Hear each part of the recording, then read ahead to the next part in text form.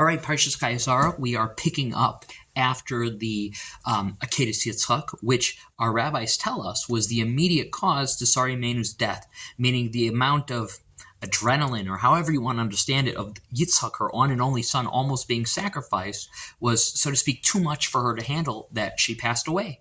And so now we are, so to speak, left picking up the pieces. We are now Avraham Avinu trying to find a place to bury his wife. He's negotiating with the Bnei Ches. And Ein Sham, you can see the rest of the parsha, but we are going to focus on a particular pasuk in this week's parsha towards the beginning. And the Zera Shimshon makes such a beautiful point on this pasuk. This point is also brought down by the Al-Sheikh HaKadosh. You can also find it in the Miam Loez. And they deal with the pasuk that says, Vayavo Avraham lispod l'Sara ulivkaisa. Avraham came to eulogize Sarah and to cry over her.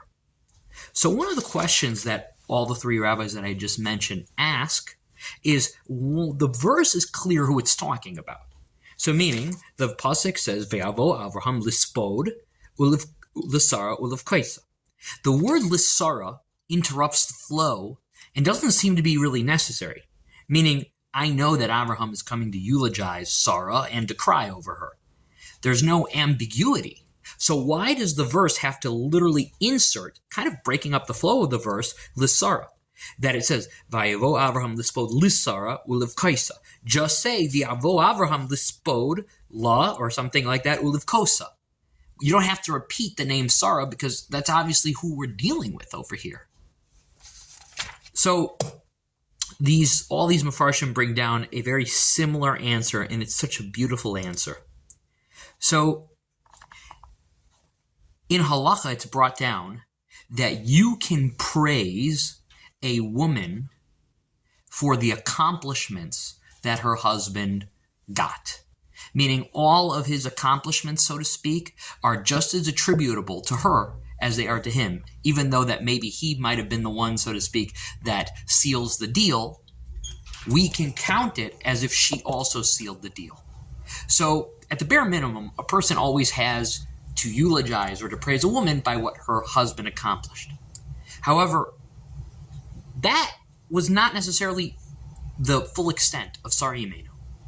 Our rabbis say in the Medrash that one day some rabbis went into Marachas Makpelah, into the cave where Sari Imeinu was buried and where Avraham Avinu was buried and all the other Zugot. And they saw Sari Imeinu holding Avraham Avinu in death, like their corpses. They saw the corpses, and it was Avraham who was in the embrace of Sarah.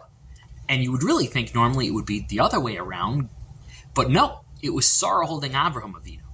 And this lends to the idea that Sarah was a greater prophet than Avraham Avinu was. And many sources bring that idea down, that Sarah was on a much higher madrega. So where are we going with this?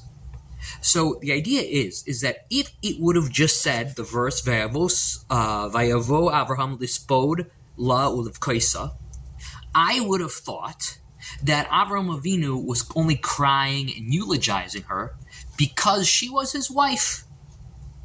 But the verse goes out of its way to say, Vayavo Avraham lispod l'Sara ulivkaisa. Meaning, he's not just eulogizing her because she's his wife. He's eulogizing her because she's Sarah.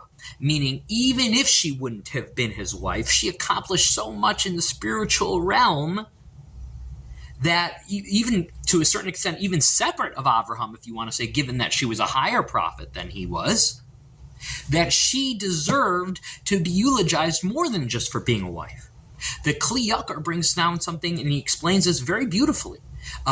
He emphasizes this point, which we can build off of from the Zera Shimshon, that he says that the name Sarah, because we know her original name was Sarai, which would be something like my princess, right? That was what Avraham called her because she was his wife, she was his princess. But HaKadosh Baruch Hu says, no, she's so great that we can't just conceal her like that. She's not just your princess. She's going to be the princess of the queen of the entire world. Nations will come from her. So therefore we name her name Sarah. And so that's why it reiterates it over here, actually, right? Meaning, livkoisa lispoida, without a name, that's bebechinas sarai. But once we come and we re-mention the name Sarah, Va'avo Abraham Lisara Livkosa, it's an emphasis on that she's not just yours, and she doesn't just only accomplish through you, but she also accomplishes like on her own. She has her own chashivus belonging to the world. So that's why the pasuk goes out of its way to mention her name Lisara, that even though we would seemingly know who it's talking about even without that. Yasher koach.